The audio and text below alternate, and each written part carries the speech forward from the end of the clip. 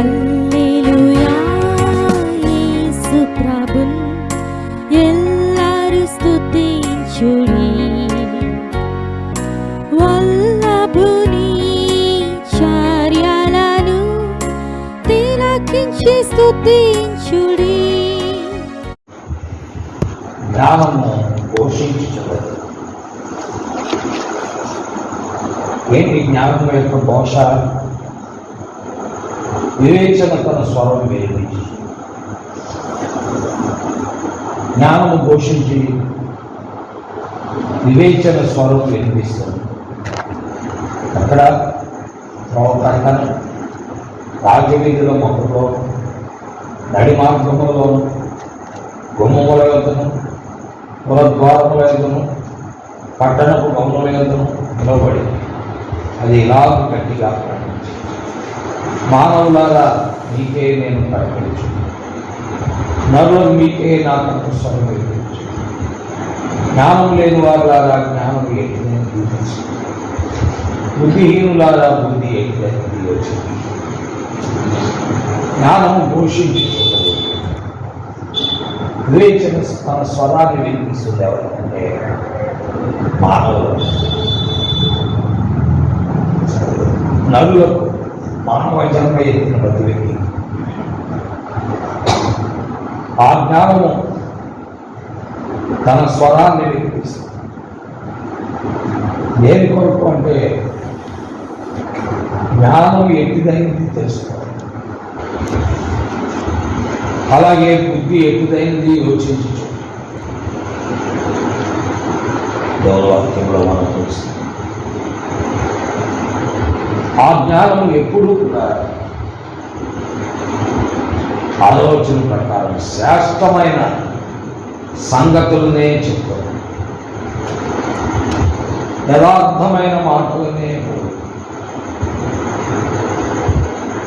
సత్యమైన మాటలనే, దుష్టత్వము ఆ జ్ఞానానికి అసలు. ఆ జ్ఞానం యొక్క నోటి మాటలు అన్ని రీతిగా వాటిలో మోక్షతేనను పుట్టులైతేనను లేదు. అవన్నీ వివేకి దాటగాలు, తెలివి నొందిన వారికి యథార్థముగా.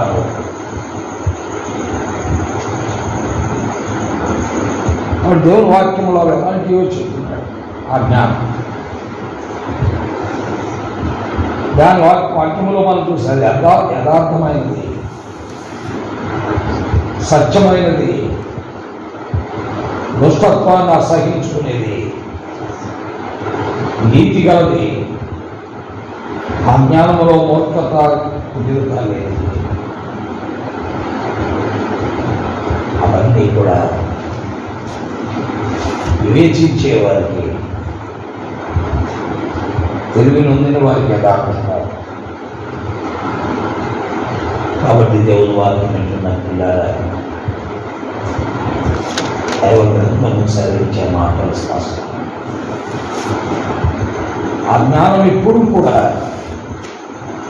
యథార్థమైనదే చెప్తారు, స్వచ్ఛమైనదే చెప్తారు, నీతినే బోధిస్తుంది. అసహ్యతను కోల్పడతాం జీవిత దానికి తెలియదు. కాబట్టి పిల్లారా, అయితే మానవ లోకములో జీవిస్తున్న మనుషులు ఈ జ్ఞానాన్ని, ఈ యొక్క విలువైన వివేచనతో కూడా తెలియజేసం చేస్తుంది. ఇది లోకంలో ఉన్న వ్యక్తులు వారు జ్ఞానము లేని వారిగా బతకడానికి, బుద్ధి లేని వారిగా బతకడానికే జ్ఞానమైన క్రీస్తు దగ్గరికి రావాలి. దేవుని వాక్యంలో ప్రేరితులకు రాసిన 24వ వచనంలో మనం చదువుతుంటే, క్రీస్తు దేవుని శక్తి, దేవుని జ్ఞానమైన, దేవుని జ్ఞానమైన క్రీస్తు. కొరింథీయులకు రాసిన మొదటి అధ్యాయం 24వ వచనం, క్రీస్తు దేవుని శక్తియు దేవుని జ్ఞానమైన, శక్తి దేవుని జ్ఞానం. ఆ జ్ఞానమైన క్రీస్తు పోషిస్తుంటే సంత వీధుల్లో రాజవీధుల మొగల్లో త్రోవపట్టును నడి మార్గంలో గుమ్మముల యొద్ద గౌనుల యొద్ద ద్వారముల యొద్ద ప్రకటిస్తుంటే ఆ జ్ఞానమైన క్రీస్తును తెలుసుకోవాలి. ఆయనలో యథార్థత ఉన్నదని, ఆయనలో సత్యం ఉన్నదని, ఆయనలో నీతి ఉన్నదని, ఆయనలో ఏమాత్రము దుష్టత్వము మూర్ఖత కుటిలత లేదని ప్రజలు గ్రహించగలరు. ఇప్పటికీ మనుషులు అవివేకులుగానే ప్రవర్తిస్తూ ఉన్నారు. ఇప్పటికీ మనుషులు అజ్ఞానులుగానే ప్రవర్తిస్తున్నారు. పిల్లల ఆ జ్ఞానాన్ని జాగ్రత్తగా వెతికితే దాన్ని కనుగొంటారు అని చెప్తున్నారు కథనంగా. 8వ అధ్యాయం 10వ వచనంలో చూస్తుంటే, నన్ను ప్రేమించు వారు నేను ప్రేమించున్నాను, నన్ను జాగ్రత్తగా వెతుకువారు నేను కనుగొందు. ఆ జ్ఞానాన్ని ప్రేమించమంటే ప్రేమించలేకపోతే, దాన్ని వెతకమంటే జాగ్రత్తగా వెతకలేకపోతే ఎంతో నష్టపోతుంది. వాస్తవానికి ఆ జ్ఞానం చెప్పుచున్నది ఏంటంటే, నన్ను జాగ్రత్తగా వెతుకువారు నన్ను ఏం చేస్తారు? కనుగొందురు. నన్ను వెతికే వారికి నేను దొరుకుతాను. నన్ను ఆశపడే వారికి నేను దొరుకుతాను. నన్ను కోరుకునే వారికి నేను దొరుకుతానని చెప్తాను. ఆ జ్ఞానంలో ఏమున్నాయండి? చూసారా? ఐశ్వర్యము, ఘనత, స్థిరమైన కలిగి, నీతి ఉన్నాయి. ఆ జ్ఞానంలో ఏమున్నాయంటే ఐశ్వర్యం ఉందట, ఘనత ఉంది, స్థిరమైన కలిగి. స్థిరమైన కలిగి అంటే ఏదో ఈ రోజు రేపోయేది కాదు, నిత్యం ఉండేది. ఏదో ఈరోజు 4 డబ్బులు రేపు మళ్ళీ మామూలుగా ఆ ప్రయత్నం కాదు. ఆ జ్ఞానంలో ఐశ్వర్యం ఉంది, ఘనత ఉంది, స్థిరమైన కలిగి ఉంది, నీతి కూడా. ఇంకా ఏమంటున్నాడు? వేరే బంగారం అపరంజి కంటెను, నా వలన కలుగు ఫలము మంచిది. మేలిమి బంగారం కంటే అపరాజి కంటే ఆ జ్ఞానమైన క్రీస్తు వల్ల కలిగే ఫలము మంచిది.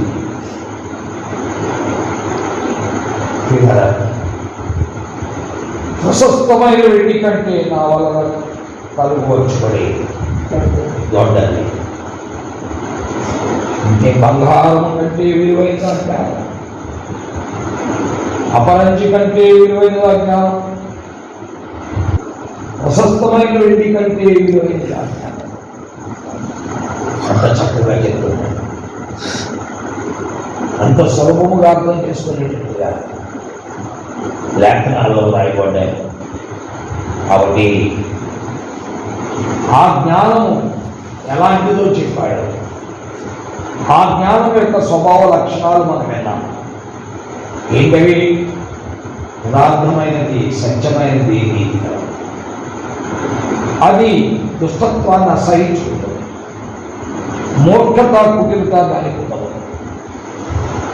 ఆ జ్ఞానాన్ని జాగ్రత్తగా వెళ్తే మనం కనుగొంటాం. ఆ జ్ఞానంలో ఏమున్నదా? ఐశ్వర్యం, ఘనత, స్థిరమైన కలిమి, నీతి ఉన్నాయి. అంతేకాదు, మేలిమి బంగారం అపరంజి కంటే నా వలన కలుగు ఫలము మంచిది. ఆ జ్ఞానం వలన వచ్చే లాభం చాలా మంచిది. అంతేకాదు, ప్రశస్తమైన వెండి కంటే నా వలన కలుగు వచ్చుబడి దొడ్డది. దాని వలన కలుగు వచ్చుబడి దొడ్డది. ప్రియమైన దేవుడు వాక్యం వింటున్న పిల్లలు, కాబట్టి ఆ జ్ఞానాన్ని మనము వెతకాలి. ఆ జ్ఞానాన్ని ఇతరులకు మనం బోధించాలి. ఈనాడు లోకంలో ఉన్న మానవులందరూ జ్ఞానము లేని వారే. నరులందరూ జ్ఞానం లేని వారే, బుద్ధి లేని వారే. వారికి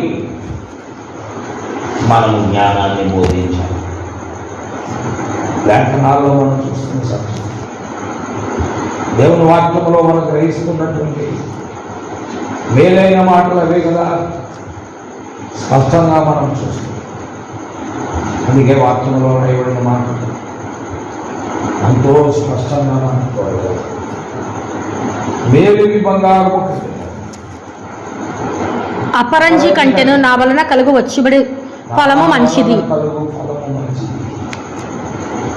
ప్రశస్తమైన వెండి కంటే నా వలన కలుగు వచ్చుబడి దొడ్డది. దైవ జ్ఞానంలో ఎంతో మంచి ఫలితాలు, దాన్ని మనం అపేక్షించాలి, కోరుకోవాలి. దాన్ని మనం కోరుకోలేదు, దాన్ని మనం అపేక్షించలేదు. ఏం జరుగుతుంది? 35 వచ్చింది. నన్ను కనుగొను వాడు జీవమును కనుగొను. కాబట్టి ఎవరైతే ఆ జ్ఞానాన్ని కనుగొంటారో వారికి జీవము అంటే మరణంలో జీవములు ఉంటారు. యెహోవా కటాక్షము వానికి కలుగును. వారు దేవుని దయకు ప్రేరిపోతారు.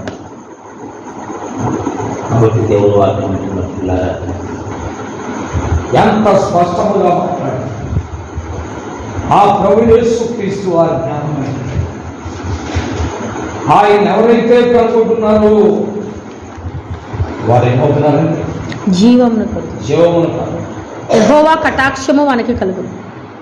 ఎవరైతే ఆ జ్ఞానాన్ని కాదనుకుంటారో, నన్ను కనుగొన్న వాడు తనకే హాని చేసుకున్నాడు. తనకే హాని చేసుకున్నాడు. నా యందు అసహ్యపడు వారందరూ మరణమును స్నేహించు. ఆ జ్ఞానాన్ని అసహ్యపడు వారందరూ కూడా మరణమును స్నేహించు. వారి జీవితాల్లో మరణ పాత్రలే, పాతాళానికి వెళ్ళిపోతారు, అగ్నిగుండం పాత్రలు అయిపోతారు.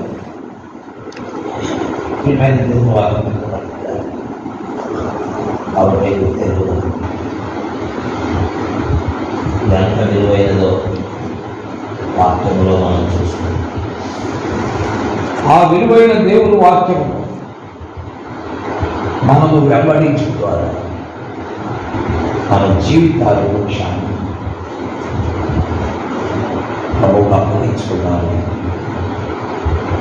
దేవుని యొక్క వాక్యము ఈనాడు లోకము దాన్ని అక్కలేదు. ఈనాడు లోకానికి దాన్ని బోధిస్తున్నాను, వారు గుర్తించలేదు. ఈనాడు లోకము దాని గురించి చెప్తున్నాను, వారు దాని గురించి పట్టించుకోవాలి. దాని విషయమై వారి మాత్రం కూడా అపేక్షించారు. దాన్ని వద్దనుకుంటున్నారు. ఆ జ్ఞానాన్ని వద్దనుకున్నారు అంటే వాడు దేన్ని కోరుకుంటాడు? మరణం. ఆ జ్ఞానాన్ని వద్దనుకున్నాడంటే జీవం వద్దనుకున్నాడు. దేవుని కటాక్షం వద్దనుకున్నాడు. చూసాడు, జీవాన్ని వద్దనుకున్నాడు, దేవుని కటాక్షాన్ని వద్దనుకుంటున్నాడు. తనకు హాని చేసుకున్నాడు. తనకు నన్ను కనుగొనని వాడు తనకే హాని చేసుకున్నాడు. తానుగా హానికి గురైపోతుంది, మరణానికి. కాబట్టి దేవుని వాక్యం వింటున్నాం పిల్లరా, ప్రభువైన యేసుక్రీస్తునామమున విశ్వసించవలసి. ఆ జ్ఞానము గురించి ఇంకా సామెతలలో ఏమంటున్నాడు అంటే అది స్వస్థమైన ముఖ్యములు, అంతేకాదు వజ్రముల కంటే శ్రేష్టమైన మాట్లాడు. పిల్లల జ్ఞానము ఎక్కడ దొరుకుతుంది? మరి పెండి సంపాదించట కంటే జ్ఞానము సంపాదించటమే. అంటే ఆ జ్ఞానం ఎక్కడ దొరుకుతుంది? 9వ అధ్యాయం 10వ వచనం. యెహోవా యందు భయభక్తులు కలిగి ఉంటే జ్ఞానం నాకు మూలం. ఆ ప్రభువునందు 9వ అధ్యాయం 10వ వచనం సాయంత్రంలో చూస్తున్నాం. ఆ దేవుని యందు భయం కలిగి భక్తి కలిగి ఉండటమే జ్ఞానానికి మూలం, పరిశుద్ధ దేవుని గురించి తెలివి వివేచనకు ఆధారం.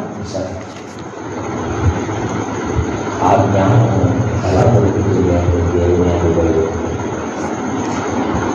దేవునికి భయపడడం ద్వారా, దేవునిలో భక్తి చేయడం ద్వారా ఆ జ్ఞానం మనకు. అందుకే ఆయన భక్తి చేయండి అని జ్ఞానం పోషిస్తుంది. కాబట్టి వీళ్ళని మన జీవితాలు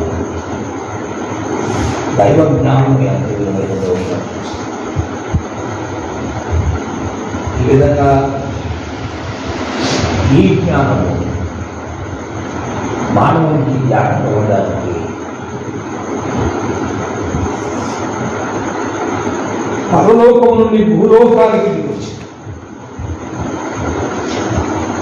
అందుకే పరలోకం నుండి భూలోకానికి దిగి వచ్చే జ్ఞానం మానవులారా జ్ఞానం ఎట్టిదైనది తెలుసుకోండి. నరులారా బుద్ధి ఎట్టిదైనది తెలుసుకోండి. ఆ పరలోకం నుండి భూలోకానికి దిగి వచ్చిన జ్ఞానం మానవులను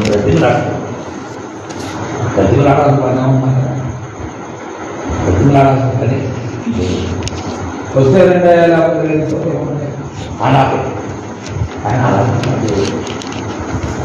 ప్రతిలాడుతాడు. సంత వీధుల్లోకి వస్తున్నాడు, రాజ్య వీధిలో మొగల్లోకి వస్తున్నాడు, పురద్వారంలోకి వస్తున్నాడు, నడి మార్గంలోకి వస్తున్నాడు, గుమ్మలోకి వస్తున్నాడు. ఈ రోజున ఆ దైవ జ్ఞానం దేవుని అన్న భక్తులు నేర్పించడానికి నిజంగా చూడండి. సంత వీధుల్లో స్వార్థపడేది, రాజ్య వీధులు మొదలలో స్వార్థపడేది, పురద్వారములకు కూడా స్వార్థ టీవీ ద్వారా వెళ్తారు. దేవుని వాక్యంలో మనం చూస్తున్నవన్నీ కూడా పురద్వారము లేదా పట్టణపు గౌరవులు పట్టణపు గౌరవం ఇలాగ నా జ్ఞానము పోషిస్తున్నది. ప్రజలకి కాదా దాన్ని కోసం ఈనాడు ఎదిగిన మనం ఎంత విలువైనటువంటి జ్ఞానంలోకి మనం వచ్చాము, ఎంత విలువైనటువంటి జీవితంలోకి మనం వచ్చాము.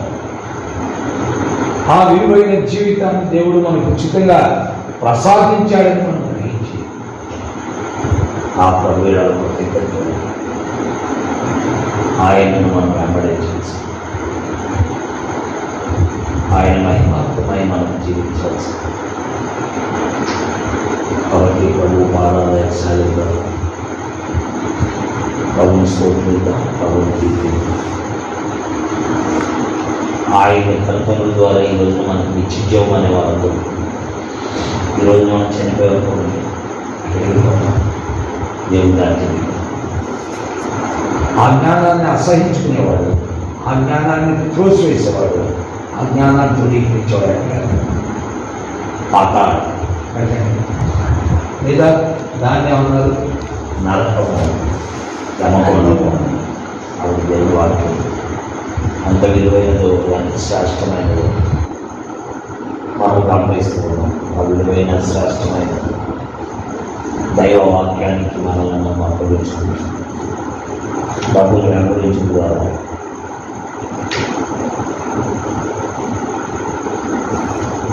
ప్రభు నామమును మహిమపరచడం ద్వారా దేవుని నామాన్ని ఇంకా మీరు దీని గురించి మాట్లాడాలంటే 8వ అధ్యాయంలో వీళ్ళ 22వ వచనం మనం చూస్తాం. పూర్వకాలమందు చూసారు తన సృష్టి ఆరంభం ఆ జ్ఞానం ఎప్పటి నుండి ఉందంటే పూర్వకాలం సృష్టి ఈ ప్రపంచం నిర్మాణం కాకముందే తన కార్యములలో క్రమమైన దానిగా యెహోవా నన్ను కలుగజేశాడు. దేవుని వాక్యం. అది ఎప్పటి నుండో ఉన్నట్టు అనాది కాలం మొదలుకొని మొదటి నుండి భూమి ఉత్పత్తి అయిన కాలమునకు పూర్వము నేను నియమింపబడింది. చూసారా అందుకని ఆ ఆది అయ్యున్నవాడు ప్రభు అయిన యేసుక్రీస్తు.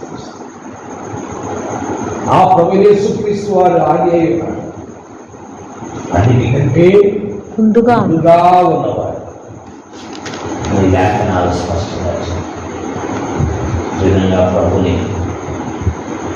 ప్రభు మనకు దొరికినందుకు ఆనందంతో ప్రభుని వెంబడించాలి. దొరకని వారు దొరికేటట్లుగా దాన్ని పొందేటట్లుగా ప్రార్థించి ఆ జ్ఞానం గురించిన సత్యాన్ని ప్రజలకు బోధిస్తూనే మనం ఉండాలి. అలా ఉండడం ద్వారా దేవుని వాక్యంలో ఒక మాట ఉంది. దానియేలు 12వ అధ్యాయం ఏముందాయో మనం చూస్తున్నాం. ఆ జ్ఞానాన్ని బోధించేవారు, ఆ జ్ఞానాన్ని ప్రకటించేవారు బుద్ధిమంతులైతే ఆకాశ మండలంలోని జ్యోతులను పోలు వారే ప్రకాశించదు. నీతి మార్గం అనుసరించి నడుచుకున్న వారు ఎవరు అనేకలు త్రిపుద్రో వారి నక్షత్రమైన యంత్రమో ప్రకాశించదు. దేవుని వాక్యంలో మనం చూస్తున్నాం. దానియేలు 12వ అధ్యాయాలలో ఆ జ్ఞానాన్ని పొందిన బుద్ధిమంతుడు, ఆ జ్ఞానాన్ని పొందిన జ్ఞానవంతుడు ఆకాశ మండలంలోని జ్యోతులను పోలిన వారే ప్రకాశించదు. నీతి మార్గం అనుసరించి నడుచుకుని వారు ఆ జ్ఞాన మార్గంలోకి తీసుకురావడానికి ఎంతమందిని అయితే మనం నడిపిస్తామో వారు నక్షత్రము వలె నిరంతరము ప్రకాశించదు. ఆకాశంలో ప్రకాశం. ఇది ఆ జ్ఞానాన్ని ప్రకటించే వారికి, బోధించే వారికి ఉండే గొప్ప ధన్యత, గొప్ప ఆశీర్వాదం. ఇలాంటి ఆశీర్వాదం పాత్రులమైన మనకు దేవుడు దయచేస్తుంది. కృతజ్ఞమై దేవుడిని స్తోత్రించి ఆరాధించడం, దేవుని మాటలతో మంచిలో దీవించి ఆశీర్వదించుకుందాం. ఆమేన్. పరిశుద్ధులైనటువంటి మధ్యవర్తి కొందనాలు మీ కుమారులను ప్రభుత్వ రక్షకుడైన యేసుక్రీస్తు వారి నామముపైన ఉదయకాలం నుండి మీరు మాకు తోడైన స్తోత్రాలు. ఈ దినములు కూడా పౌరాణిక మందిరంలో చాలా పనులు పూర్తి చేయడానికి ఇచ్చిన అవకాశంతో మీ సాన్నిధ్యంలో గడిపే వాక్యాన్ని మాకు కలిగేసిన స్తోత్రాలు. మీ పాదములకు సాగిపోతుంది. మీ పాద సాన్నిధ్యంలో నేను కీర్తిస్తున్నాం, ఆరాధిస్తున్నాం, ఆరాధిస్తున్నాం. ఈ పరిశుద్ధ లేఖనాలను బట్టి ఈ నామాన్ని కీర్తించి ఆరాధించి గొప్ప చేయొచ్చు. తండ్రి మాత్రమే జీవమైనటువంటి మా దేవ జీవాన్ని బట్టి నేను మాట ఇచ్చి నెరవేర్చేటువంటి మా ప్రభువాడ నిజమైన ఉన్నతమైన శ్రేష్టమైన నామాన్ని బట్టి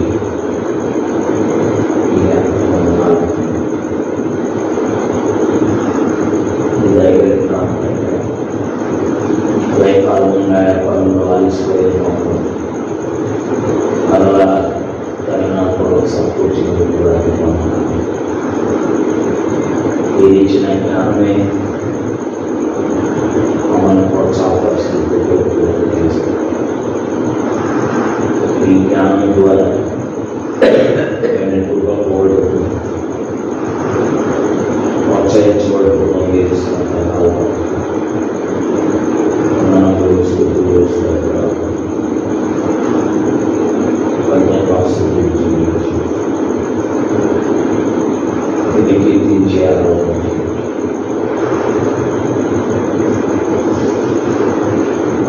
చిన్న వీడియో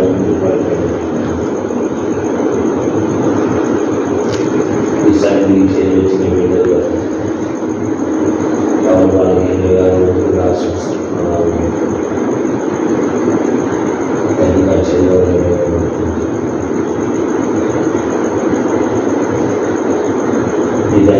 కార్యాన్ని నిర్మించి ఆయన పొందవలసిందిగా భావిస్తుంది.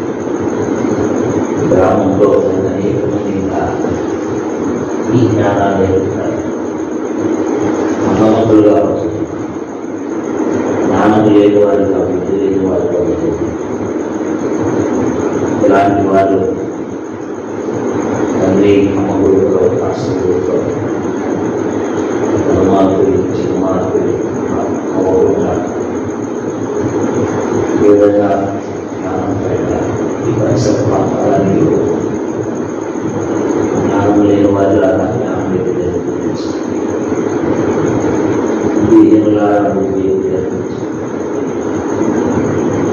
అని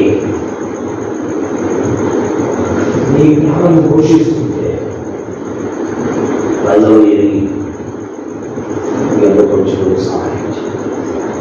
ఇంకా మానవ తల్లి ప్రమాదాలు, మనుషుల పార్లమెంటరీ ఆచారాలు వీటిలో అన్నమతులై నీకు దూరమై పాడే పరిస్థితిని ప్రజలను తప్పించి నీ వైపు తీసుకోవాల్సిందిగా నీ కార్యము నెరవేర్చవలసిందిగా నీ గొప్ప రాష్ట్రాలు నీకేమై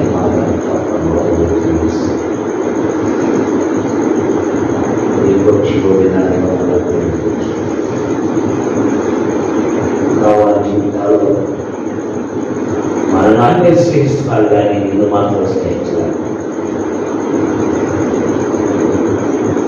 నీకు అసహ్యపడుతున్నా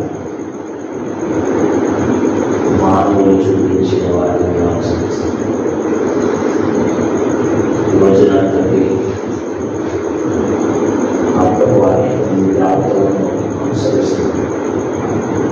ఆ జాగ్రత్తలేమో మెడలో పుల్లెల దాన్ని వేసుకుంటే ఆ పుల్లెల దాన్ని వేసుకుంటే తీసుకోవాల్సిన మోసపోతుంది కాదు. ఎవరితో మీరు మాట్లాడి వారిని ఆశ్రయించండి, మరణము స్నేహించండి. నేను కనుగొ జీవము కనుగొని నేను గమనించండి గ్రామంలో పెట్టకు తీసుకుంటాను. ఈ వాక్యం గురించి పరిచయకు మీరే మహిమ యేసు క్రీస్తు వారి స్తోత్రించి ప్రార్థించి ప్రతిమలాడి వేడుకొనిచున్నాము తండ్రి. ఆమేన్. తండ్రి కుమార పరిశుద్ధ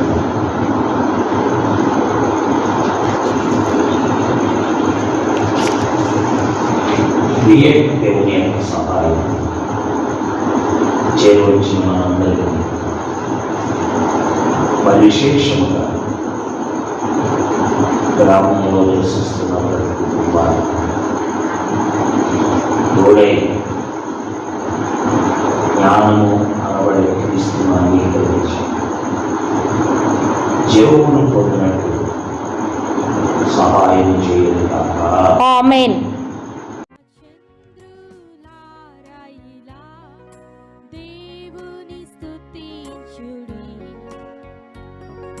హృదయమును వెలిగించిన యేసుని స్తుతించుడి.